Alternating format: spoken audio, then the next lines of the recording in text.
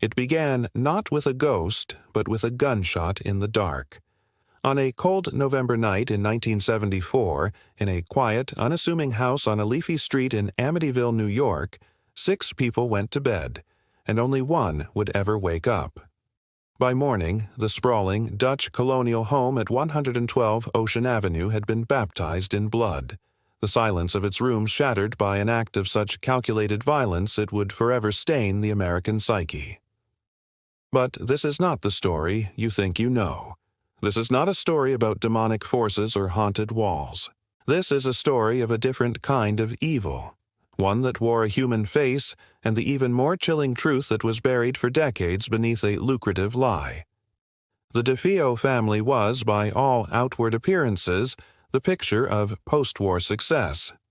Ronald DeFeo Sr., known as Butch, was a stern, self-made man who had built a thriving business selling Buicks.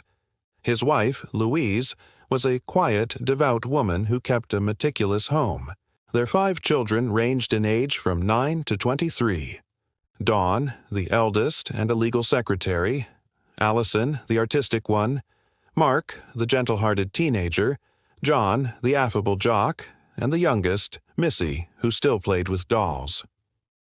But behind the closed doors of their 6-bedroom home, a toxic undercurrent of fear and violence festered. Ronald Sr. was a tyrant, ruling his family with his fists and a torrent of verbal abuse. His sons, particularly the brooding Ronald Jr., bore the brunt of his rage. Ron Jr., or Butch, like his father, was a troubled young man, a heavy drug user with a volatile temper and a history of petty crime, constantly locked in a bitter power struggle with the man he was supposed to look up to.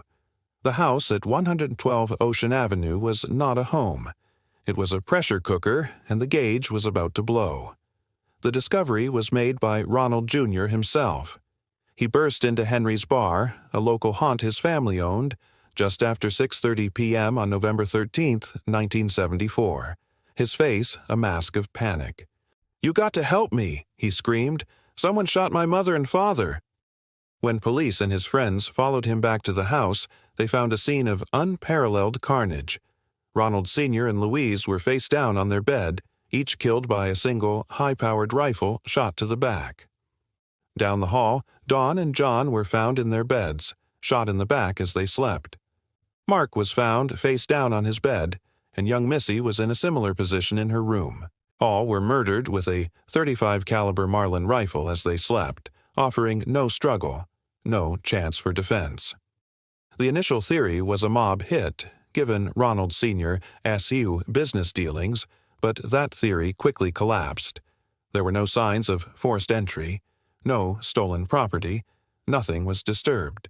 It was as if the killer had been a ghost, moving through the home with a terrible intimate knowledge of its layout and its sleeping inhabitants.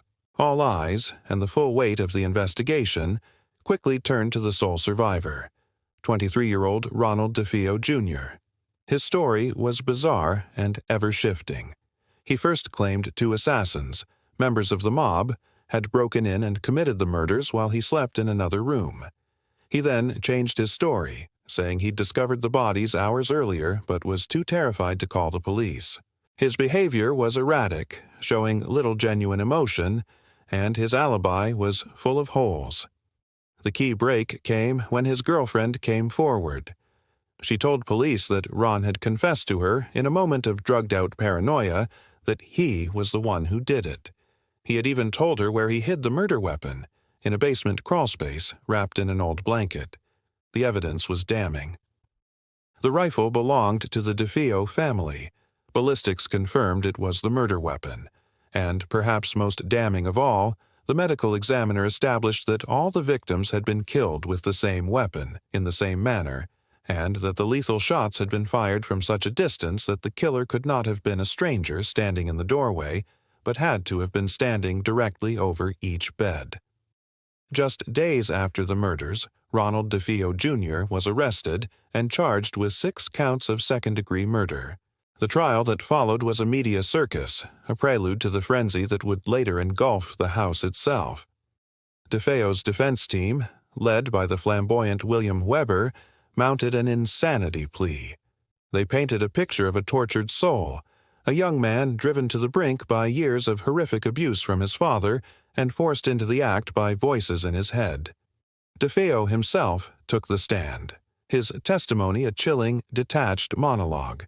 He claimed he heard the voices of his family plotting against him. He described coming home, taking the rifle from the boat his father kept in the basement, and methodically moving from room to room. His description of the murders was cold, matter-of-fact. When the prosecutor asked him why he shot his younger siblings, who had never harmed him, DeFeo's reply was a shrug and 4 words that would echo through the courtroom. "I don't know. It just happened." It was the testimony of a man utterly divorced from the reality of his actions. The jury was unconvinced by the insanity defense. They saw not a madman, but a calculating killer who had finally snapped under the weight of his own hatred and greed. He stood to inherit a significant portion of his father's estate. After deliberating for less than a day, they found him guilty on all 6 counts. The judge sentenced him to 6 consecutive sentences of 25 years to life. And there, for most of the world, the story should have ended. A family annihilator brought to justice. A terrible, senseless tragedy, but a closed case. But then, just over a year later, a new family, George and Kathy Lutz and their 3 children, moved into the house at 112 Ocean Avenue. They lasted 28 days. Their subsequent claims of a demonic haunting, swarms of flies, green slime oozing from the walls, a hidden red room in the basement, and the physical manifestation of a pig-like creature named Jody, became the stuff of international legend. Jay Anson's book, The Amityville Horror, became a bestseller, and a blockbuster film franchise was born. The haunting narrative was a perfect, terrifying story, but it was a story built on a foundation of sand. The real climax of this tale is not a supernatural event. It is a legal one, decades in the making. As the legend grew, so did the skepticism. Investigators and journalists began to pick apart the Lutz's story, finding glaring inconsistencies and a complete lack of corroborating evidence from neighbors or police. The true turning point, the shocking revelation that unraveled everything, came from the mouths of the very men who helped create the myth. In a 1979 court deposition related to a lawsuit, defense attorney William Weber and the Lutzes were forced to testify under oath. Weber admitted the stunning truth. The entire haunting story was a hoax, concocted over bottles of wine with George Lutz. Their motive? Money. Weber saw the haunting story as a way to bolster a new trial for DeFeo, arguing the real evil in the house had driven his client to murder. The Lutzes saw a potential gold mine in book and movie rights. They had fabricated the entire terrifying saga, weaving a web of lies around a real-life massacre for profit. The demonic pig, the flying chairs, the ghostly voices, all of it was a fiction, a cynical ploy to capitalize on the deaths of 6 innocent people. Ronald DeFeo Jr. died in prison in 2021, never showing a flicker of remorse, his story forever entangled with the lucrative lie he helped inspire. The house still stands, its infamous window eyes looking out over the river, a monument not to ghosts, but to a different, more profound horror. It is a reminder that the most terrifying stories are not those whispered in the dark, but those concocted in the cold, calculating light of day by the living. The brutal truth behind the Amityville murders is that the only demon in that house was the one who was born there. If stories like this keep you hooked, hit subscribe for more.